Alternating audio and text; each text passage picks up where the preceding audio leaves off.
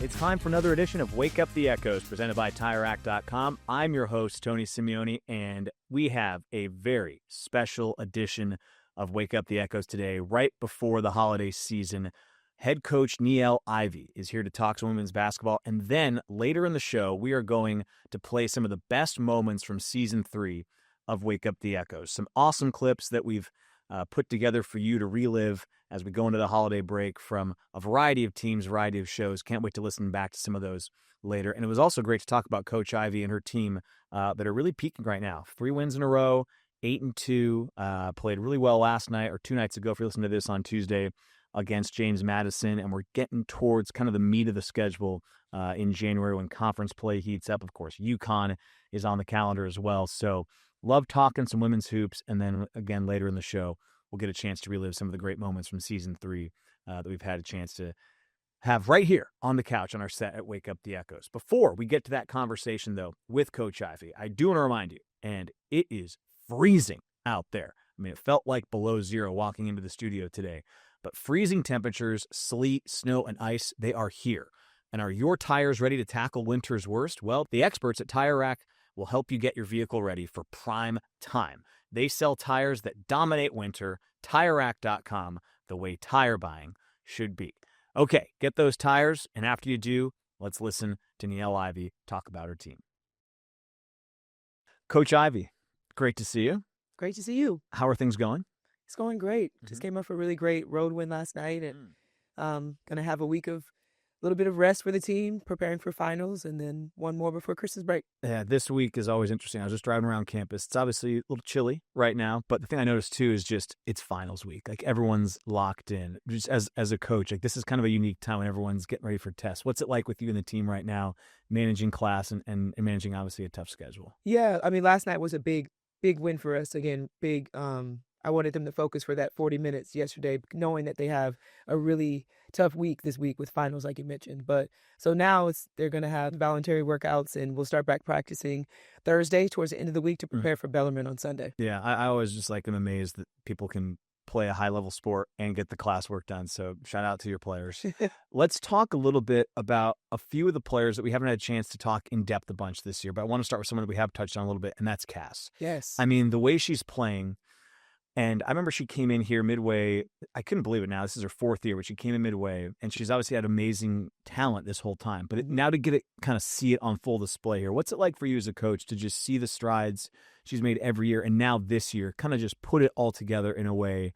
It has to be really fulfilling for you and the staff. Absolutely. I'm so proud of her. She has, like you mentioned, always had the talent. And I think this year her role expanded. I think she has really worked on her game. She came back this summer. It was the first time since she's been with us that she actually spent a summer at Notre Dame. Okay. Because she traveled with Canada basketball for the last 4 or 5 years. And so she's always been competing.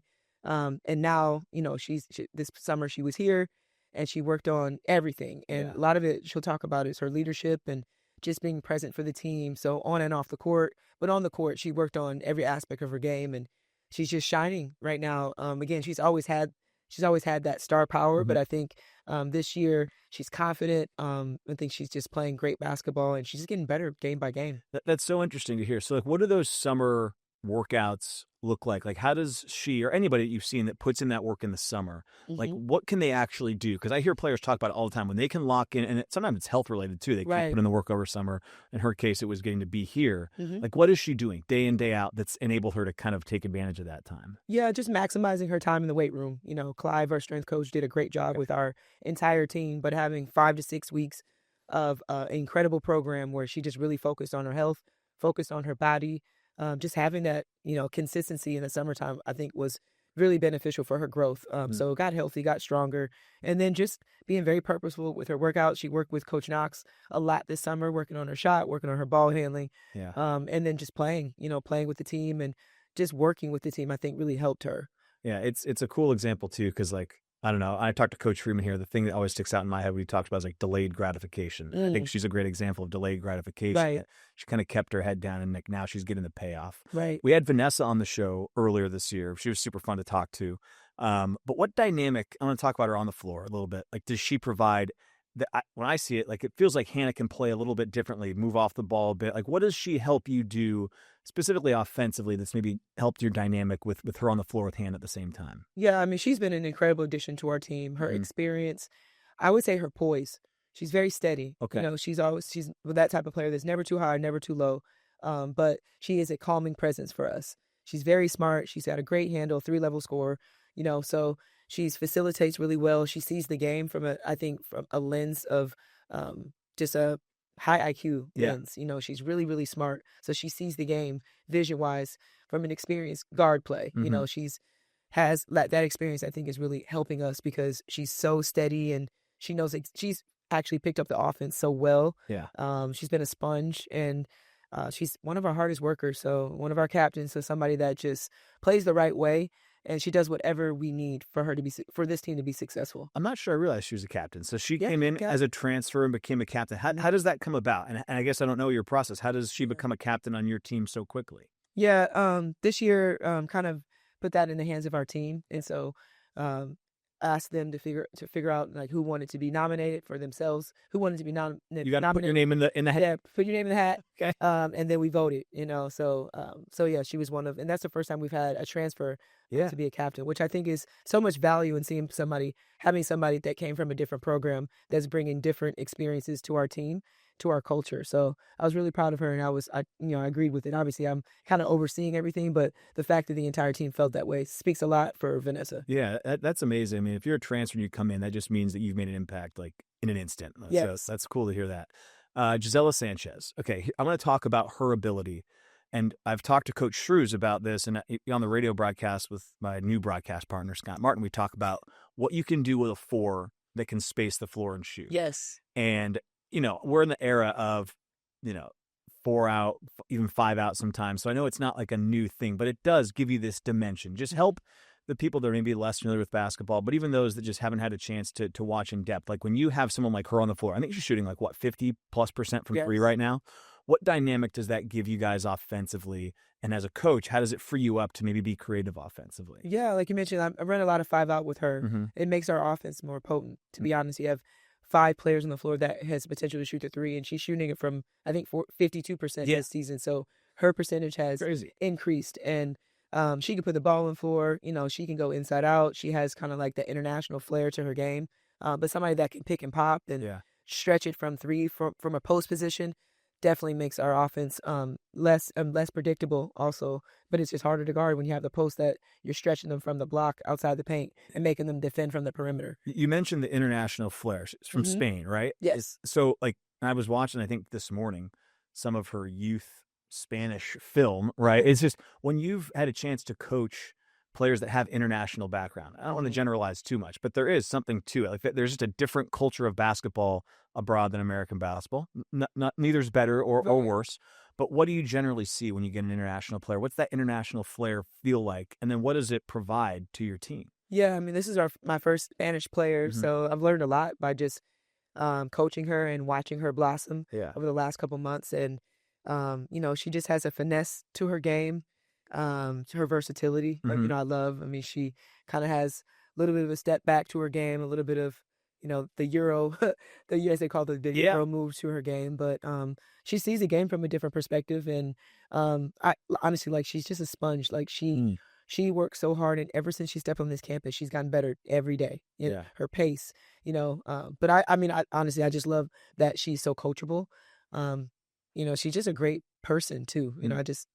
She just brings a different style to us, which I haven't had. So I mean, I love what she brings to us. Yeah, it's fun, whether it's football, basketball, but a locker room when you have so many different, like you said, styles coming together or just backgrounds coming together. It's fun to see the way they can kind of coalesce and become one in ways you haven't seen before. Malaya Coles, I mean, last night, 17 points for her. Like, I'm just going down the list now. I'm like, I got this player, that player, this player. When you see her go for 17 last night, what dynamic does that add to your team to have somebody else getting in the act that way? Yeah, I mean, she has really enhanced our team since she's returned, and she's getting better, getting stronger, getting her conditioning, just because her sitting out for a couple weeks is taking her a little bit just to kind of find her footing, honestly, with the team. But every game she's getting better and better, and she brings a dominance to us inside because she is a back to the basket, She has great hands. She's a great finisher around the rim. But what she's showing, I'm like, lay your talent on yourself, because she is such a great defender. Outside of her size and her ability to rebound, she had 5 steals last night. She does a great job. She's probably leading us in deflections. She's on the floor diving for loose balls, 50-50 balls, and she just has a knack that you can't really teach, as far as her instinctiveness defensively is what I'm learning, and she's been that way the last couple of games, and it's been a nice surprise for me to see her instincts defensively and how that's showing up on the stat sheet. Okay, real quick, when you say you're telling on yourself, does that mean you're She's got more. She has more to give defensively than she's I'm saying, like, she's showing me things that she can do, and because she's doing it consistently. So we always laugh about that. Right. And I'm like, okay. And she took 3 charges a couple games ago. Yeah. So just being very smart defensively, and you can just tell she has so much more that she's gonna show, and it's just with time, her finding, again, being comfortable and getting in better shape just from being out. Yeah. Okay, I have a couple of questions for you about coaching. First thing, do you track deflections as a staff? Like, is that a number? Because I know some staff do, some don't. Do you guys keep, like, end of the game, like, here's how many deflections? Right. We've done that in the past. I need to start because of late. Okay. We're doing a great job of forcing turnovers, but I think that's a great stat to add to our defensive chart. Okay, maybe I'll do it on the side. Yeah, I'll track and I'll get back to you next time, man, and chart deflections. Here's another one. Do you guys practice taking charges? You don't? Okay. No. It's funny because I've been on teams that you'll do a drill, but sometimes it's like it's just for the drill. Yeah. But I've done that in the past, but we have not. Yeah, it goes back and forth. I remember there was one year, I think like 7th grade basketball, we had a coach. We practiced charges, but I never did it again. But I do feel like there are players that, whether or not they practice it, they just kind of have a knack. It's kind of like the hands of the pat, knack for getting in the right spot and taking a charge, and then some just don't have it. But it's always one of those things I'm curious about if you practice. Yeah, okay. I've done that in the past, and as a player, we did a couple of drills. But sometimes as coaches, you're nervous about getting hurt off of a drill. So that's why I don't. Okay. And you mentioned the steals, and my sources, they crunch the numbers around here, so I'm going to do all the hard work. But it's close to 16 steals a game for you guys, which is a crazy number by now. Again, Hannah had that big 16 steal game that kind of helps you guys. But you mentioned the steals from the other day, 5 yesterday for Malaya.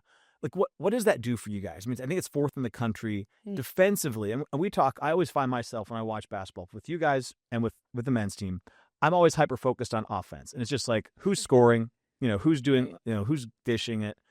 But defensively, it can travel, it can do everything for you. And to be in the top 5 in steals, I have to imagine that's huge for your defensive identity right now. Absolutely. I mean, that's something that we wanted to have, that defensive identity this season. So to have that stat, and I'm going after games and getting stats, and I'm shocked because as a coach, I'm still looking at things that we need to get better at. Right. I'm always trying to find some ways for us to get better defensively, but that is something that we've talked about, that we wanted to impose our will. We wanted to be scrappy, and we wanted to, change the game with our defense. So I love that we're forcing more turnovers, and that stat has been consistent for us. And again, credit to, Hannah's that energizer button for us, that helps us as far as her pressure on the ball, but you add Cass, you add KK, you add Malaya, and Vanessa. I mean, Yana.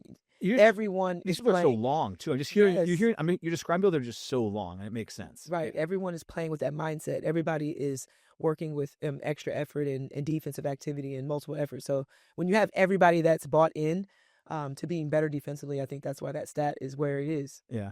Okay, I'm going to put you on the spot then, because you said you're always trying to find things you can get better at defensively. So what are you focused on then? I'm obsessed with the steals number, but what am I missing as a layman here? What are you guys drilling down on to improve on right now? For sure, rebounding. Okay. I mean, that's an area that we have to be better at in the zone, in man-to-man, and individual. And that is just a will. I set up drills for that, but sometimes it's just a mindset. So that's something that we're working on, positioning and making contact, and within our drills, and our practice guys really push us. But that's an area that we are trying to get better. Are we doing war drill? Like, what are we doing with like run out and hit? Like, what's the rebounding? Because I've heard different coaches. It's kind of the same thing with practicing charges. Some coaches like, we don't practice rebounding. It's a mindset. Just go get the ball. And some will have drills. Like, how do you practice rebounding? Because I'm always curious about this with coaches. Yeah, we have a couple of drills where it's kind of just like fundamental drills, and I'll do like a triangle rebounding drill where they're sliding. So it's not just you have to move and think and have to react. Okay. And the coaches shoot, and you have to go get a hit, get a box out. So we do a couple of different things. And then in the zone, we're trying to kind of play 5-on-5, and the goal is to try to get rebounds out of that. So sometimes it's in live action, and other times it's actually broken down, more specific. So that's one of those drills I don't like. Do you have any more? I love this. Share rebound. So we can and get back better. in the day, like when the war drill came out, I was looking for a way to hand me the back, so I can't Just do like that. the running. Yeah, just like the running. Yeah, I'm gonna find a way to miss this drill. Yeah. Okay. I don't know. We're gonna talk probably once ACC play is underway. Okay. Next. So I want to just get kind of your general outlook. You guys are 10 games in. Really, I'm excited about you guys getting into conference and just seeing how this thing goes. Just where are you at with this team? What excites you about getting into conference play really around when the turn of the calendar year takes place? Yeah, well, I think we're in a really good spot. I think we learned the 2 losses that we had this season, which I think will serve us well down the road. I was really pleased with our road win versus Florida State. So opening up ACC play with a statement win. Yeah. And again, going to prepare for Bellarmine on Sunday and then head into Christmas break and then ACC play. So I think there's areas that we're going to continue to get better at, and I'm really pleased with where we are. And I think that this team is going to, I think we're peaking. I think we're improving. Yeah. And I'm happy that there's still so much more for us to give and get better at. So I want to be there halfway through the season or 10 games in, because so much that we can continue to get better at. But I love what this group is doing.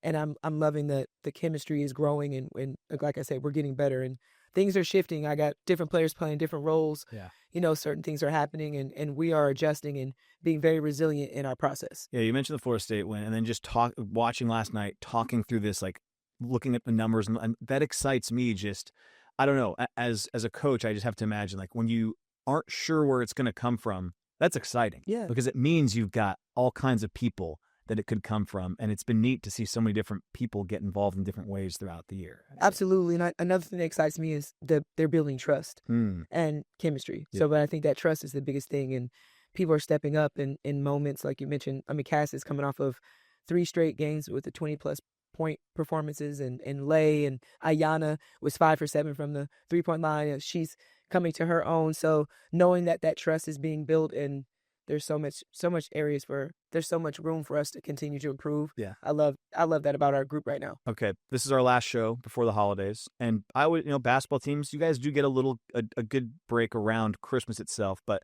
you guys are also around each other a lot during the holidays. So just what's on the docket for you and maybe the team as you guys approach Christmas? Yeah, well, I'm happy that they get a chance to go home. Yeah. I think being a former student athlete like that, Christmas break is just like a reset too. You get a chance to be with your family and really cherish the moments that are really important as far as family, and get a chance to be home. And so I'm excited that they have that break, and then I know that they're going to return refreshed, fresh, and, excited for the ACC season. And I love that for our group. I think everyone needs it, the staff, everybody, because everybody puts so much work into making this program run successfully, and the team, the work that they put in. So I'm excited that everybody gets a chance to be at home and enjoy the holidays with family. Yeah. Okay. Well, Coach, great seeing you. Merry Christmas. Merry Christmas. Great to see you. Good luck against Bellarmine, and then have a good Christmas. Yes, Bellarmine first, then Christmas. Yeah, yeah. And good luck to your team with finals, too. That's always the real key here this week. Absolutely. All right. Take a break and be right back. Thanks again to Coach Ivey for stopping by the show this week. It's now time to relive some of the best moments from Wake Up the Echoes here in Season 3. We're going to start with some of the general conversations we've had to begin the show, and we've had so many great guests throughout the year. Hard to pick, but here's what we're going to relive here in this segment. We're going to start with Billy Shrouth. Great talking to him about all kinds of stuff. I vividly remember him talking about a bag of milk rolling down a wall. We're not going to touch on that so much as we're going to debate steak, talk about steak. Such a good conversation, talk about an offensive lineman and steak. Then we're going to stay on the food train and talk to James Rendell. We had that Vegemite tasting with Coach Freeman. Got to really explore the depths of our palate with that one and James Rendell. Then Izzy Engel, women's soccer player, came by, talked about growing up in Minnesota. Loved hearing about her background and how she ended up at Notre Dame. Coach Shrewsberry later in this segment talking about those boots just a couple weeks back when he had to change the shoes. And then Malachi Fields, Notre Dame receiver, his touchdown when he was kind of in the same spot as Will Pauling. They made the touchdown catch. I think it was against Boston College, but that's why the refresher is here. Get a chance to hear from Malachi Fields at the end about that touchdown when he and Will Pauling were battling over the football. So some awesome conversations. Let's listen to them, and let's start with Billy Shrouth. I'm hearing that steak is your favorite food. Yeah. This is correct. true. Okay, you're passionate about steak. Yeah, I mean, I'm passionate about food, so yeah. Okay. So I have written down here, I think like 6 or 7 different steak questions. Let's just start. What's the best cut of steak in your opinion? I like the ribeye.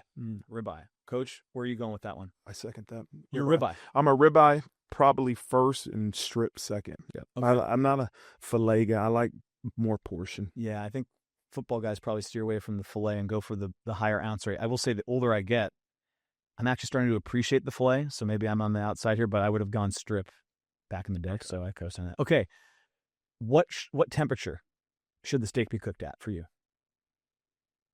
Whatever comes medium rare out. That's what Medium rare? Yeah. You're medium rare. So medium rare. Okay, Coach? I'm medium rare right Okay. there. Yeah. I'm a medium guy. There's a lot of people out there that like they start looking at you weird if you go above medium rare, but I think medium's fine. If someone asks for it like well done, are you going to let them stay at the table, or how's that work? Eat what you will, but yeah, you're not coming. I'm not inviting you to the next gen. See, my dad was Air Force and old grumpy. Now he is well done, like it's tar. Really? And I remember growing up like that, thought just dry steak is how you're supposed to eat it. Then I got an actual real steak that wasn't dry, and I'm like, holy cow, you don't need all this A1 steak sauce on it, put on it, on your steak, and it changed my life. And so, but yeah, I mean, different folks, different strokes. Okay, I got you. Do you cook? I mean, I heard before we started here that you have a good setup out there, and there's a lot of cooking that takes place at your house. Do you cook your own steaks? Been getting really active on the grill. Really? Over the last year, yeah. So how are you preparing your steak? Help me know. How do you do it? I just do a little olive oil on, just to get the seasoning, bind it on there. A little bit of garlic powder, a little bit of onion powder. And then I have a seasoning that my mom gave me. Secret seasoning. We'll label that as a secret seasoning. The Shrouth secret seasoning. Yeah. Got it. Okay. But I throw that on it. Kind of a all-purpose blend type situation. I get that grill fired up as hot as it can go, both sides, and I throw it on. And that's it. It comes out. Yeah, it usually comes out pretty good. A lot of times I'll have teammates over because the only one with the grill. Okay. Yeah. So we compete a little bit. Who can cook the best steak? Anthony Knapp put together a pretty good showing. One of these days, we maybe need to have an offensive line steak competition. Maybe the coaching staff could just judge it. No doubt. Probably a winner there. A lot of beef. All right. Explain what Vegemite is, because I've heard it's not very tasty. Everyone loves it in Australia. Yeah, Well, look, I'm it's an Australian staple. It's a spread. So I don't know if we have any toast here, but I think that's This is your favorite snack that you're missing from Australia. yeah. I saw the video. Debatable. Yeah, I can't. You're yeah, gonna have to explain got- that we got- better than what you just did. yeah. It's a spread, so we want to eat it with some bread, but I don't know if we have any bread on hand. So I don't know if we want to get It's you a just taste spread. it. Yeah. You stop it. It's a spread. Like Yeah. what is that? What's in the spread? Well, you put it on toast with some warm butter. Yeah. And you should use a very minimal amount of it. Some people get carried away and think you need to smother it in Vegemite, but it's a pretty acquired taste. In the Vegemite. Yeah. That's what he wants to know. What's in there? I know. Let's look at the ingredients. Oh yeah. It's got yeast extract. No. Salt, Like barley. chocolate. Yeah. Or is No, it's not. No, this is not not. sweet. They've also brought Tim Tams. So It's a Tim Tam. can we try Tim Tam? We can try Tim Tams. Yeah. Explain it, Tim Tam. Tim Tam is like a chocolate covered biscuit. It's kind of like an Oreo. a chocolate? No, I can. yeah. I can make. Yeah, I think Coach. Yeah, we can settle it. Let's see it there. Yeah, take a look at Well, that. you got to try it for yourself. So is it Yeah. veggies? Why is it called Vegemite? I think it really throws me off. It's a Yeah. name. That's a good question, but Goodness. you can smell it if you want. You want to taste some? I mean, it's probably really big. Yeah. It looks like chocolate though. It does. Yeah, it's a bit deceiving. You gonna try it? You I'll try it if you try it. That's kind of my. try a little bit of it. Yeah. Okay, I'll try. let's try Tim Tam first. We're gonna go reverse order. I've always told him Can't get there's a tuna. great Disney cruise. My wife always tells me that goes to Australia. Uh huh. That I think it happens during the season. Oh, yeah. It goes from Hawaii to Australia. But you want to take the You whole want to thing? try it? I would Try a little bit. do that. Really? I would And love just to. be careful. It's pretty bitter. You said you're grabbing a cracker? We'll wait. I'm gonna crack wanna it. try Yeah, that. you're gonna try a tip jam. Okay, Vegemite is a brand of a thick, dark brown These Australian are food solid. bread made with leftover brewer's yeast extract with various vegetable and spice additives. Yeah, I don't know where it That came doesn't from, sound but terribly yeah. appetizing, I gotta be honest. This looks good there. Yeah, the Tim Tams are good. Okay, this is like a...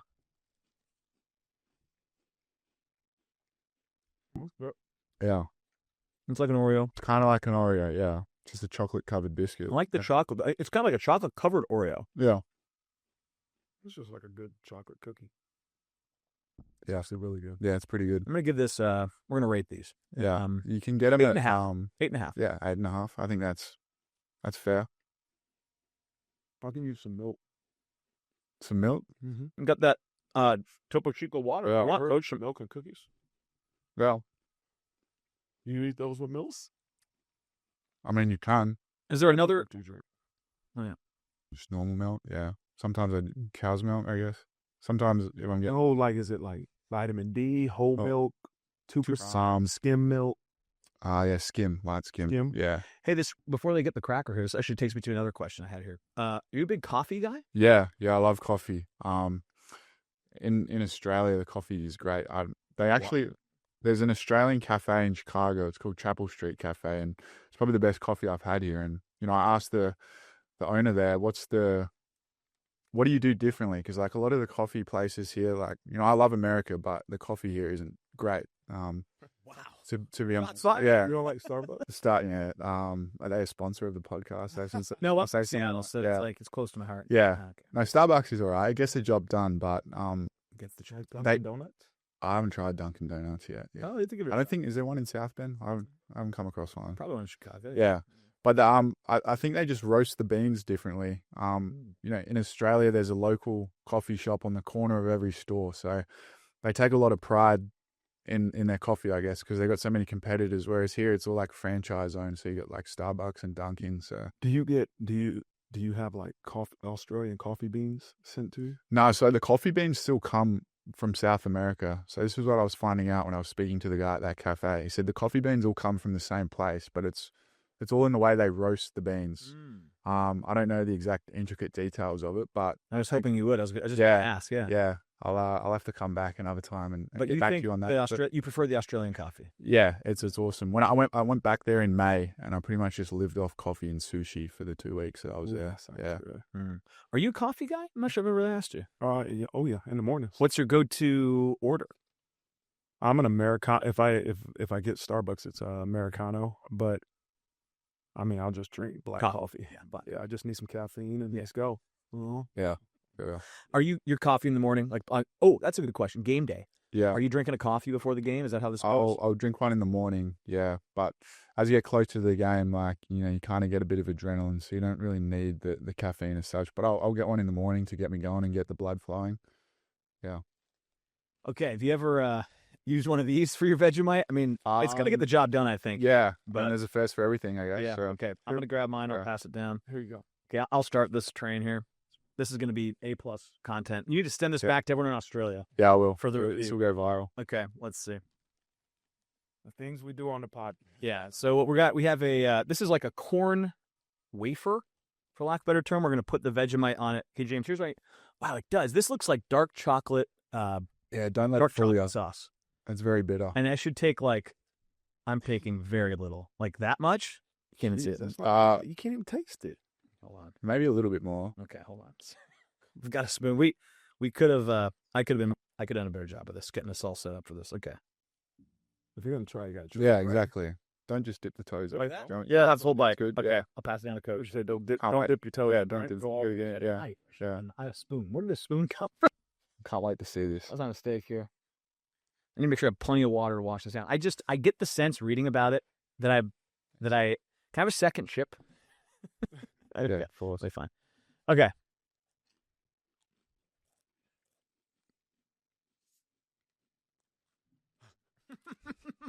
Whoa. Whoa. Oh no. Wow. Okay, hold on. Coach. Help, Coach. Is this a? Never mind. The context What am I matters, getting right? there? There's something It's bitter, isn't it? bitter. Yeah. Oh, It's another Tim. The context matters, though. You get nice warm toast, a lot of butter, very minimal Vegemite, and it's 10 out of 10. It's a gourmet meal right there. But you like that? well, I'm not gonna be disrespectful. I don't like it. I was You're saying not it's gonna like acquired taste. Like it took me a while for my taste buds to come around The to it. camera But is zoomed in on Coach Dean right now because I think he's seen the other side. luckily, we got the Tim Tams here to wash it down. You know, The cookie is critical. Yeah. my mom's Korean, and so I've learned to never disrespect somebody else's Yeah. food, 'cause No disrespect. not everybody likes Korean. It's not for me. But yeah, that was different. It's different. Different's was- one way to put it. Did you like yeah, it? man? I can taste the what it's tasted like to me a little bit. There's the hint of it's the brewer's yeast. Yeah. Again, trying to be respectful. It's like it felt like to me like like you could taste like a stale beer almost. Correct. That's how I explain it to people. Stale beer. Yeah. When they asked me what it tastes like, I said, yeah, Okay. like a beer. Well, I've never tasted something like that. yeah, neither have I. Ever. It's unique. Really unique. Yeah. Well, hey, There's probably a reason they don't stock it on the shelves in America. but it's a big thing Yeah. over there, right? Yeah, I mean, you're not the only guy. Yeah. The hockey high school culture. Oh, in it's so good. that part of the state, or It's just that is crazy. Yes, even my senior year, like my high school won like girls and guys like state hockey tournament. And they Wow. play at like the XL Energy Center, which is like It was a wild play. Yes, where the wild play. And like at least, I mean, the girls get a lot of fans, but at least the boys, it's like sold out. huge. It's like 20,000 people. And I will say, like, I don't know how much you know, like with Edina and stuff, but like, Edina. everyone hates Edina Oh. in Minnesota. Who's your rival? Like It's Maple Grove? Maple Grove, Minnetonka. I'm loving. There's some Maple Grove. We've actually like There's some Maple Grove guys on the hockey team. Evan Do you ever go? Nixon's. I'm you ever friends go- with that. Yeah. Okay. Like Danny like would talk about that. That's funny. Oh, okay. But yeah, like Minnetonka was, I know, a big rival like when I was in high school. And like we go to the state championship and I would say like there's 20,000 fans there and it's Wow. like 19,000 fans are rooting against Edina. And like, cause there's so many like neutral fans. Like there's like a good amount for each school. But if Edina's there, If Edina's there, everyone it's a little like Notre Dame. actively. It is. And it is. Like And like Notre Dame. people say like, or like I've said, talk to my parents about it. Like, it's like, I've been in these two, like, if you ain't it, you hate it. Like, but if you are it, like you like absolutely love it. Like I like grew up there and like, I loved it. And then I was even talking to someone 2 days ago now at the football game. And like, they're like, oh, you're from Minnesota. Like, where are you? I'm like, Edina. Like, They turned on you. from Edina. I hate that. Yeah. And I'm like, yes, I love it. That's where I grew up. It's where I grew up. Like, you embrace it. But You should go whenever Minnesota's in town. Just go to the Gopher game, and you just go through the roster, and it's just the whole state of Yes. Oh, Minnesota's on the roster. we actually I went home for spring break last year and I went with one of my teammates, Grace, or she came home with me to just like visit. And we Notre Dame was playing Minnesota at Minnesota Oh, perfect. for hockey, like in the Big Ten tournament. Yeah. And like we went and it was like the game that they like beat They beat- Minnesota. It was like awesome. And like my mom came with us. We're all on our Notre Dame gear and it was like so fun. Like I was just like, That sounds like a yeah. blast. I like go to games here, obviously, Okay. too, but that was fun. Post game, can you help me out? Like what? Like the shoes? What's going on with the shoes in the locker room? There's a TikTok. Listen, I'm getting old. Cool. Do you know what's going on with the shoe? What's this whole thing about? I don't know. I think that's a question for you. So what? Can you enlighten me? Okay, sorry. Long story. That's fine. This is the forum. This is the form. So, I had gotten those boots from Under Armour, maybe Friend of the show. a few years ago, Okay. right? Years ago, and I'd never worn them. But snowstorm, it's snowing really bad. I try and switch out the shoes that I wear for home games. So there's a brand new pair I just got out of the box, Notre Dame, white and gold. I'm like, I can't wear these from Rolf's to Purcell and walk through the snow in these. So I'm like, wait a second.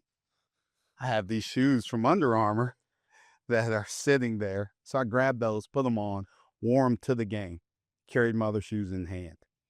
Walk into the locker room, take them off, leave them right there by the door. Okay. Big win happens. I come into the locker room and I look down and I'm like, these shoes are here. I got to recreate this video, right? Like nothing I do is original. Okay. Nothing, absolutely nothing is original. So this guy has these videos on TikTok, Instagram, Facebook. You can find him everywhere. Who is he? His name is, I believe, can I shout him out on this? I don't really. Cut it out if you can. I want to say it's like Joseph Fogg. I see J Fogg. Yeah. Yeah. Okay. So I'll look him up. So like he starts every video. He does the same dance every video. He starts every video with these Timberlands on, and he sticks his foot out, and that's all you can see is the boot. Okay. And then he does this dance to Affirmations is the name of the song. Okay. So I was just trying to recreate that dance in the video. Okay. Now it all makes sense to me. Now it all makes sense. The touchdown pass. Did you see Will Pauling? Was he coming for you? What's going on there? Because I know very little about football compared to you guys, but I know if two receivers are in the same spot, usually it's not a great thing. What was going through your head? We didn't call that. We didn't want that to happen. That wasn't the design, but it worked out. What's going through your head? No, honestly, I didn't see. I saw like a blur of something in the corner of my eye. And I just knew I had to go like kind of attack the ball. And then like after watching it back, I'm like, "Yo, Will, what were you doing there?" He said, "What you have?" I was like, he tapped me to the post. He said, "What you have?" I said, "Nothing." I was like, "So you just out there running?" What were you thinking, Coach, when you saw them in the same spot? I'm gonna keep it clean, but I'm like, oh crap! Like I'm watching.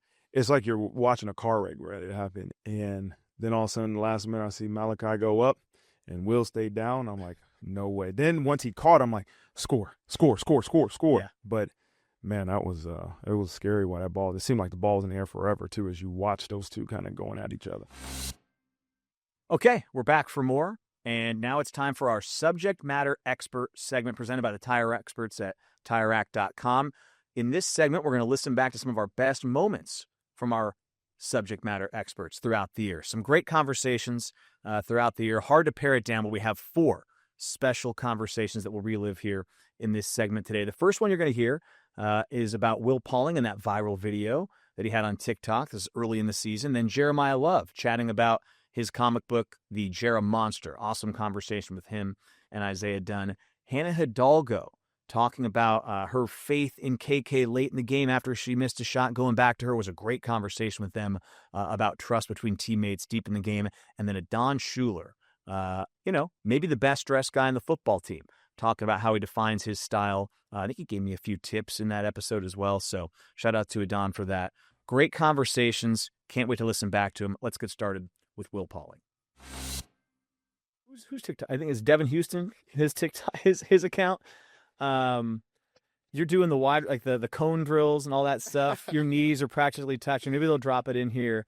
Talk me through, because that thing has 5-6 million views. Yeah, it does. Just talk me through. Is this like from going to camps, working with coaches, making fun of like what you're supposed to do? Just tell me all about that. Yeah, so I think it was like sometime in the summer workouts.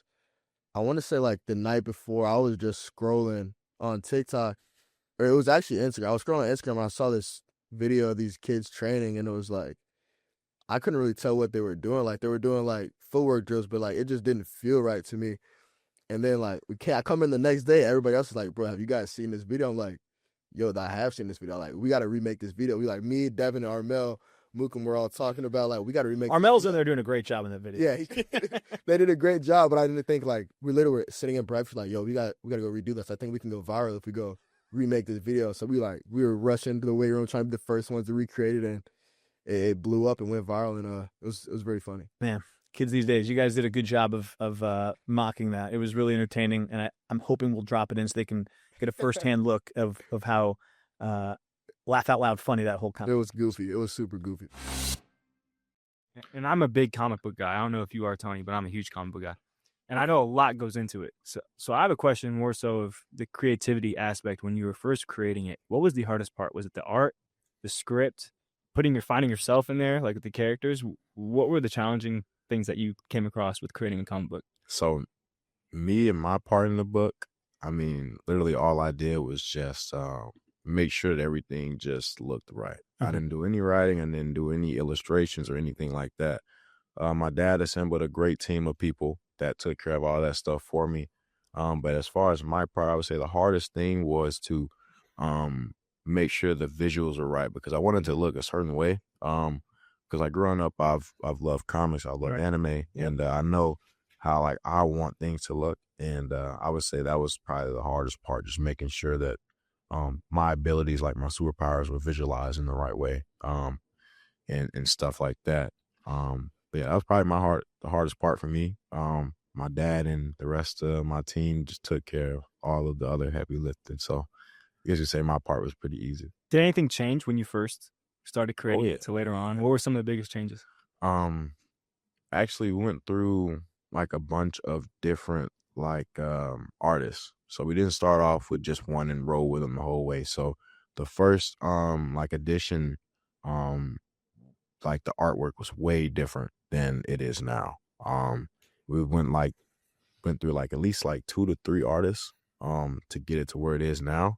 So it went from looking like your like very traditional like superhero comic, it looked like that, to how it looks now, which I think it's just a little bit different.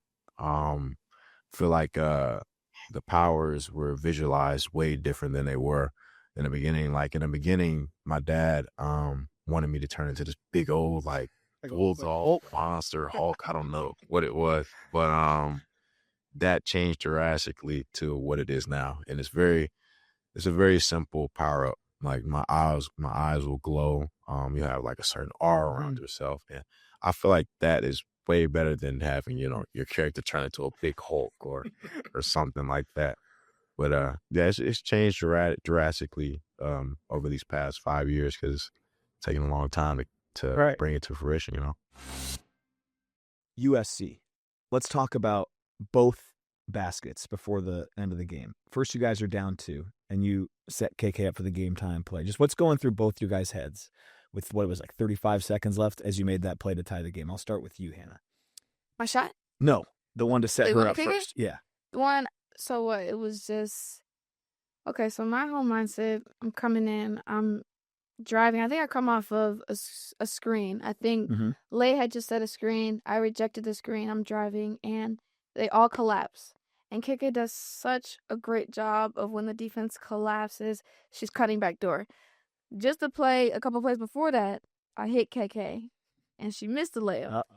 So I knew she was going to be in the same spot at the right time, ready this time. I knew she was going to be ready. So once I drew all the defense, I hit her, and she came in same way, just finished through contact, because it was contested too, because I saw one of their players had jumped up with her, and she was on a roll at that point, so I knew this one was going in, and she had hit it, and I was like, yes, thank God. I'm on the floor, I'm watching it go off, and they were like, Lord, please. And then it went in, and I was like, yes. What was going through your head? Yeah, kind of similar. I remember the couple of plays before. It was a close game the whole game. Fourth quarter, I think this was, and exact same play. Hannah comes off the ball screen. I know that they're coming up to kind of crowd her, and I know that she is gonna hit me. She hit me the first time, and I missed. It was a wide open layup. This one wasn't even contested, and I just remember in a timeout, Coach Ivey actually talked about it. She was like, that was a really great job, Hannah, passing that, whatever. She was like, and she's going to make the next one. Yeah. And I just remember, like, I went to Hannah, and I was like, I got you. Like, hit me again. Like, I'll finish it. And so when it happened, I was like, I told you so. I just know that Hannah, like, believes in me just for her to even pass it again, because she could have just been selfish and been like, well, she missed the last one. Let me shoot it myself. But I knew that she had the belief in me, and I think everybody on the team, we kind of was like, yeah, I got you. Okay. So you took me to like a thing I wanted to, you guys said it so well already, but how tough is that? Or like that mindset? Because, and maybe that's why you go on the retreat, right? Like you trust someone beyond basketball. Like, hey, you missed last time, but you're going to make it next time. Like how tough is that for you to keep the positive mindset that I missed this last time, but I have to be ready. I can't be scared to do it again, or I'm going to miss again. And for you, in your head, to be like, I trusted her last time. I can't trust her this time because she just missed it. Like, I want you to both talk about how you can keep that mindset when it hasn't gone right, and you have to do the exact same thing and trust that it will go right next time. Like, how do you keep that mindset? I think it's a lot of trust, and I think it's a lot of like reassurance. I knew, like, Hannah looked at me, and when I said I got you, like, she didn't have any type of negative energy. She was positive, like, I know you got me. So the reassurance part, and then just not being scared, like, you've worked for this all your life, so just trusting in what you've worked on, and then trusting the people around you. So I feel like the trust and reassurance, because I definitely was in my head. I'm running down the court, but it has to be like a next play mentality for those reasons. Yeah. Yeah, I think just what you said right there, I think it's next play mentality, I think, is the biggest thing. And Coach Ivey, she's been preaching it to me for a long time. It's like, you got to get to the next play. Like, the game is a game of a lot of ups. There's a lot of highs. There's a lot of lows. We were down by 11 at one point, late in the game. And it's like, you're going to have great moments. You're going to have bad moments. So it's like, you have to be able to forget about it. You miss a wide open layup. It's like knowing you've done layups 1,000 times, and throughout your, career playing basketball. It's like, I'm going to make the next wide open layup, of course. Like, I got it. It's like just having that confidence in yourself. And then for me, I trust my teammates. I know that, if V or if Yana misses that 3 in the corner, I'm like, I'm going to hit them again, because I know this next time they're going to make it. And if they don't, like, keep shooting. They've practiced this shot thousands of times. One of these shots are going to fall in, and that's just going to boost their confidence. So, I think and like you said, the retreat, you have your trust in your teammates that you build off the court, which is, the most important thing. Not everything is just about what you do on the court. And so I know I trust my teammates. I know what they're capable of doing. I would never, put Lay in this position in the corner to shoot the 3. I know what's best for my teammates, and I try to set them up to be the best selves. Define your style. Like, if you had to define yours to me, like, what are the words that come to mind? Elegant. Yeah. I feel like elegant, streetwear. I don't know if that's like counts, but comfort, calm.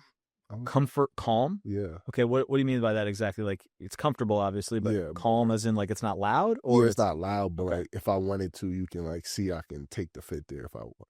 Ah, interesting. You've given this more thought than I certainly have. That was a good description. I can kind of see it now. Okay, and so like you put a lot of pride in like what you wear on game day, basically. Every day. Every day. Yeah. Okay. All right. That's pretty neat. I definitely need help on that front, but I appreciate I can help you. You can? Yeah, of course. Okay, we're back for our final segment of this week's Best Of show here on Wake Up the Echoes, presented by TireRack.com. It's now time for our Tell Me a Story segment, presented by our good friends at Yeti. I don't have anybody to offer a drink to today, but I'm going to show you something. Okay. In the cooler here, there are our normal drinks, which look great, but I actually brought in my own Topo Chico today. Okay. And this is, shout out to them, of course, Coca-Cola product, glass bottle. As you know, I'm a sucker for these. So this is delicious. I'm not going to drink it on the microphone because that could bother some people, but shout out to Topo Chico. They've kept me happy all year long during our Tell Me a Story segment presented by Yeti. So here's the conversations we're going to relive in this week's episode. Vanessa de Jesus, if you recall, we go way back to when they were not even starting the basketball season yet. Early in the year, though, talking about when they went to a football game, how she had to change her outfit. So great conversation starts with her. Then Donovan Heinisch came in. His Al Washington impression was unbelievable, defensive line coach. So we had to include that. Drake Bowen, this has been kind of the running story that's really had some legs, no pun intended, all year between me and Isaiah Dunn when he was talking about being stung by a scorpion. And of course, that then relates to my heroic efforts defeating a scorpion in my apartment. That was much more dangerous than that scorpion that Drake was stung by. Then we've got Pat Garrity, both the men's and women's basketball team general manager, and he helped settle the age-old debate, North versus South dining hall. I actually can't remember where he comes down on this, so I'm excited to listen back and get a refresher on whether or not he's a North guy, which everyone should be, or a South guy, and we pity those that are South people. But North dining hall versus South dining hall, we'll get a chance to relive where Pat Garrity comes down on that one. Last but not least, Kingston Viliamu-Asa, the guy from the West Coast, California, experiencing his first snow here in South Bend. Some great conversations. Can't wait to listen back to them all. Let's start with Vanessa de Jesus. Tell me what the day is like. Yeah. I'm a women's basketball player. This is what my day is like going to the game. Yeah. Going to the game. Okay, so we'll wake up, have breakfast at someone's house. We'll cook pancakes, eggs, some fruit, just a mix of a platter just to fuel before. Get a base. Get a base. And then you go out to the tailgate. We have our own tailgate, actually, by Rolf's. We're all like, they have a photo shoot, so we got to take like cute photos together. Have to. With the fun like little like hats and glasses. Get the story popping. Exactly. Hydrate because it's really hot. Hydrate out there. Hydrate. So hot. So hot. Like me and B were bad with our sweating, so we literally like checking each other. Like, okay, our sweat stains are really good. Yeah, we can only wear certain colors: dark blue and white. Is there a backup outfit involved? Maybe. There's been this season. It was so hot. When we got back to Ross, I'm like asking Charla, who works with our team. You know Charla. Yes, and I'm like, Charla, can you go put this in the dryer real quick?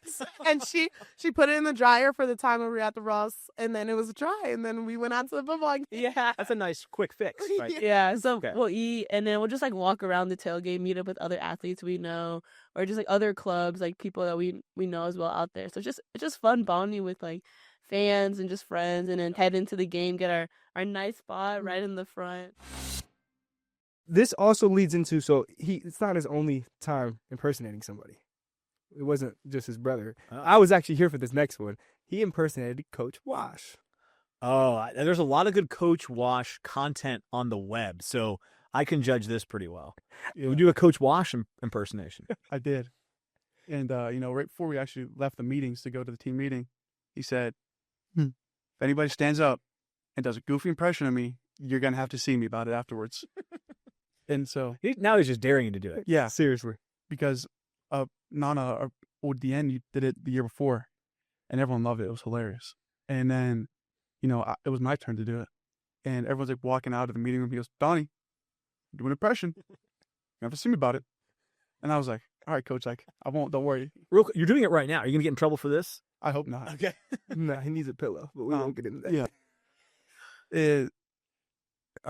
We're there, and all of a sudden, they're giving introductions. Like, next we got an interesting person we all know and love, Coach Wash.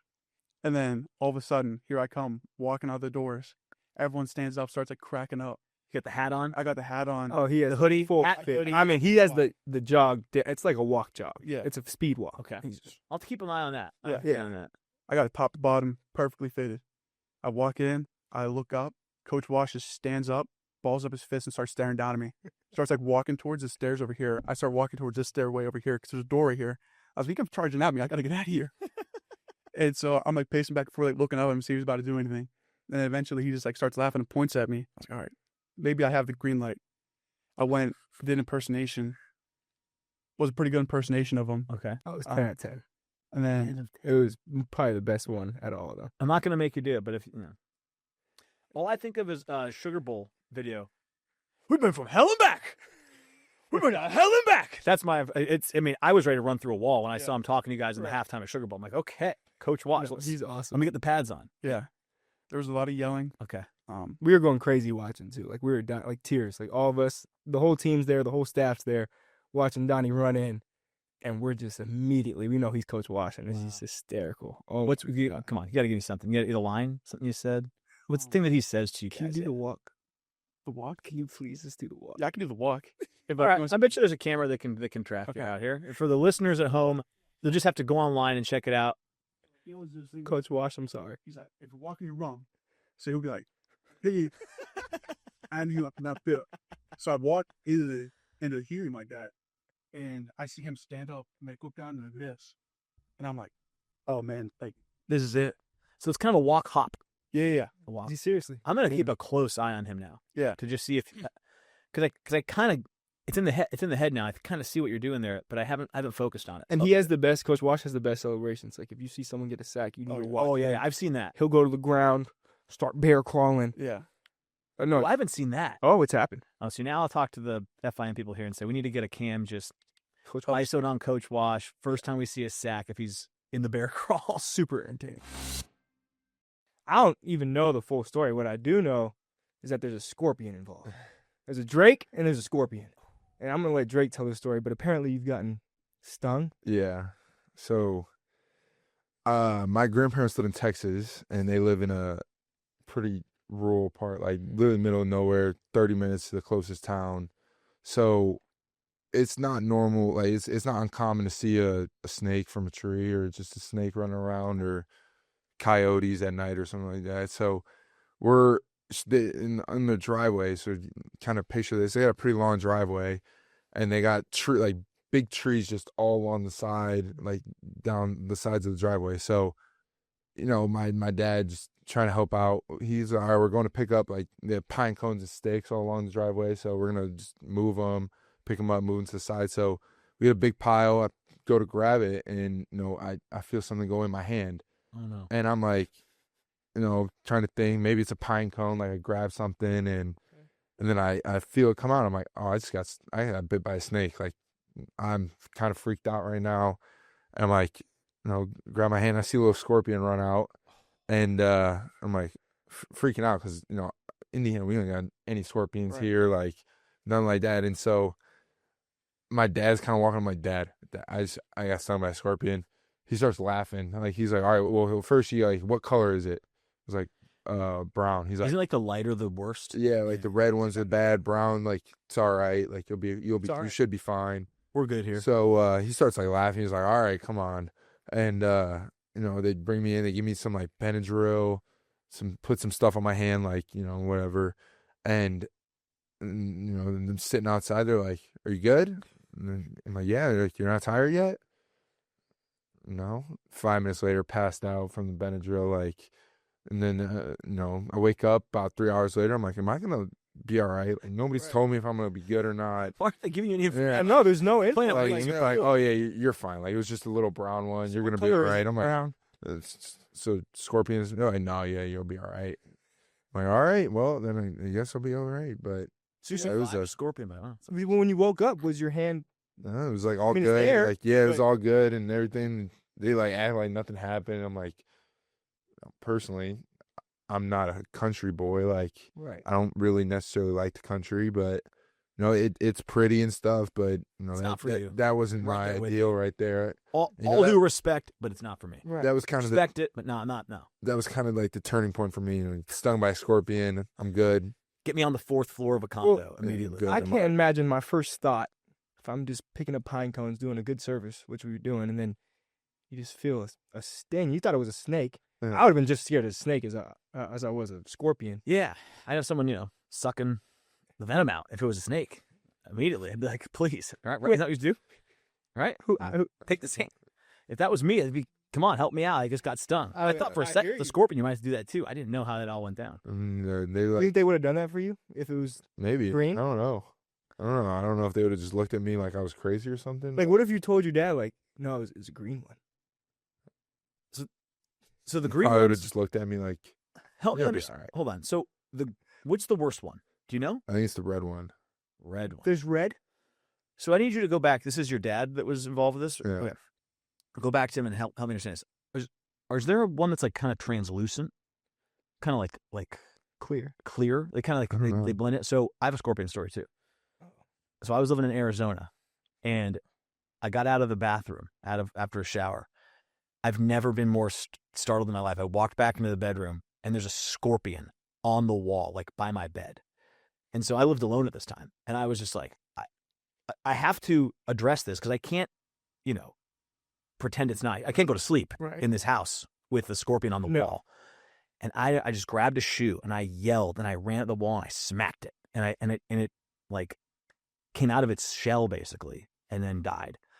And I got rid of it. Then I drove to a coworker's house for 3 hours and just like stayed there because I had to like calm down. I was so overwhelmed with adrenaline and emotion.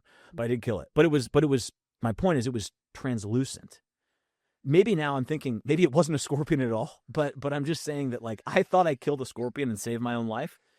But I'm not hearing you say anything about translucent ones. I saw a little brown one. Was running away, and I was kind of freaked out a little bit. Yeah. So it was. So they're fast. Like, yeah, it's going.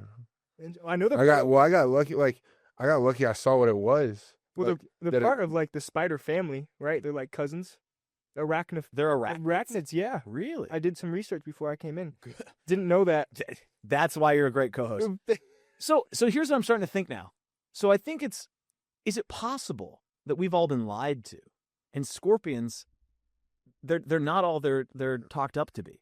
He's walking over to Dad. Dad's like, "You're fine," and he's here, and his hand's here. He's fine. So it's like maybe is there something going on where like big scorpion is out there trying to convince us that they're more dangerous than they are, when really you shouldn't be too concerned about a scorpion bite. Seems like that. Maybe we're onto something. It's not. That's right. Yeah, I don't know. Nobody's freaked out about it, so I'm like, all I hear about it is bad scorpion. Like, you get stung by a scorpion, like, you're in trouble. Yeah, that's all I ever knew. That's why I was freaking out in my apartment. Important question I ask generally people that have been former players here: North or South dining hall? No question, South. Really? Yeah, I was a South guy. It's an unfortunate answer, but go ahead. The architecture in South, like just the old school look. I don't think it's open any longer, but the Oak Room used to be there. Okay. I just remember that was open after basketball games, and so I could go there and like with my little coupons go buy a bacon cheeseburger. I like that. That's a little hideaway. So I have a take that this is now year 3 of it, and I'll share it with you. The people like you, you can push back on this if you want. People are drawn to the architecture, you said it, of South, which is gorgeous. Don't get me wrong. Beautiful stained glass. You feel like you're in a movie. I think North. Have you been to the new North since they've remodeled it in the last 10 years? I have. Okay. I think the layout is phenomenal. It's linear. It's straight through. I get my food. South, you're kind of you're going through a corn maze to get your food, I think. And so I logistically favor North. Just architecture aside, I'm going for logistics, ease of entrance and egress, and I get my food and I'm on my way. That's why I like North. Well, you have a rebuttal? You're talking to a guy who's still like mad that they redid Soarin' and combined the tiny rooms that you could touch with your arms outstretched. So yeah, so like a little bit of adversity, I don't think that should like take away from, your feeling of all the other aesthetically pleasing things that come with South. I'm going to actually give you credit for something here. You're the first person to spin the flaws of South as just creating adversity, and it's maybe bettering you as a person. That's right. That is a really nice outlook that I can tell probably translates to the basketball court and helps you have a good outlook on hoops in life. Being from California, we are very blessed to have great weather throughout the whole year.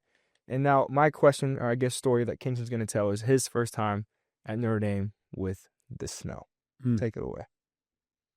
Yeah, so when I first came here in January 2024, I came off the plane in very non-winter clothing. I had shorts, slides, and like a thin jacket and a thin sweater. And I'm coming in with guys from like Michigan, Ohio, Pennsylvania, so guys who know what the winter's about in the Midwest. And they coming up with like coats and gloves and boots, and like I'm showing up in my clothes, and they're just looking at me crazy. And it was a funny experience, and because that was the first time I had seen snow since before. First time you'd ever seen snow in person, yeah. That's incredible. What was your reaction like? Did you get a chance to touch it? Did you snowball fight? Yeah. Yeah, I made like a snow angel. Really? On Eddie Street. Yeah. It's pretty cool. Like in the middle of the street or on the side? Like, where were you? I was on the sidewalk. We was all going to eat, and I just laid in the snow. Really? Okay. And did you get the proper clothing eventually? Are you're dressed the right way now around here? Yeah. A couple months later, yeah. A couple of months later. For sure. I had to learn the same thing. I didn't have the right snow materials or jackets. Like I have sweaters, and you put it on, and then you go outside, and you're like, oh, these Cali sweaters don't do it. You need the big winter coat at some point, right? Around here, it gets so cold that you just have to have it.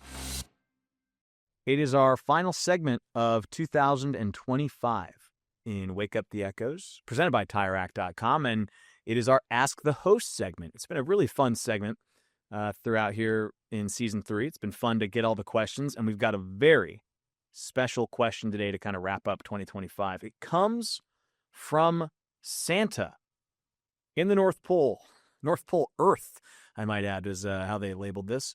Tony, what would you like for Christmas? Wow, this is a question as old as time. And listen, I'd be lying to you if I said the first thing that came to mind was a new set of tires from Tire Rack, a tumbler from Yeti, some new Under Armour gear, a Topo Chico, a 12-pack in the glass bottle. I'd love it all. And by all means, our good friends at all those amazing partners, feel free to send all those things my way. So that's top of the list, obviously, as we wrap up the year. I think the next thing that comes to mind is some dubs. How about some dubs for the men and women's basketball team? Both teams playing really well right now. How about we just keep stacking dubs? How about that? Santa, you come down the chimney, just stack some dubs for the basketball teams. They're playing great. And then, this is my second year with a child on this Christmas. Last year, he was about 6 months old. I got to be honest, and for any of the parents out there, they probably understand this. That first Christmas, they don't really know what's going on. We're at a point now with an 18-month-old. This guy kind of gets what's going on just a little bit. He's saying the word Santa quite a bit, so thank you, Santa, for writing in. So I'm looking for him to just have a great Christmas.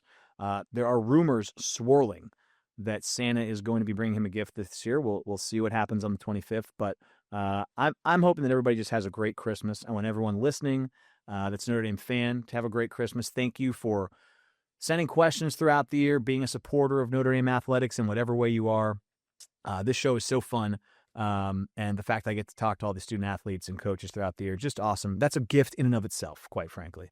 And thanks to those behind the scenes. I won't name them all, but there's some great hardworking people behind the scenes that do amazing work to put this show together, make it come to life. So hoping they have a great Christmas. I'm hoping that my family, your family has a great Christmas.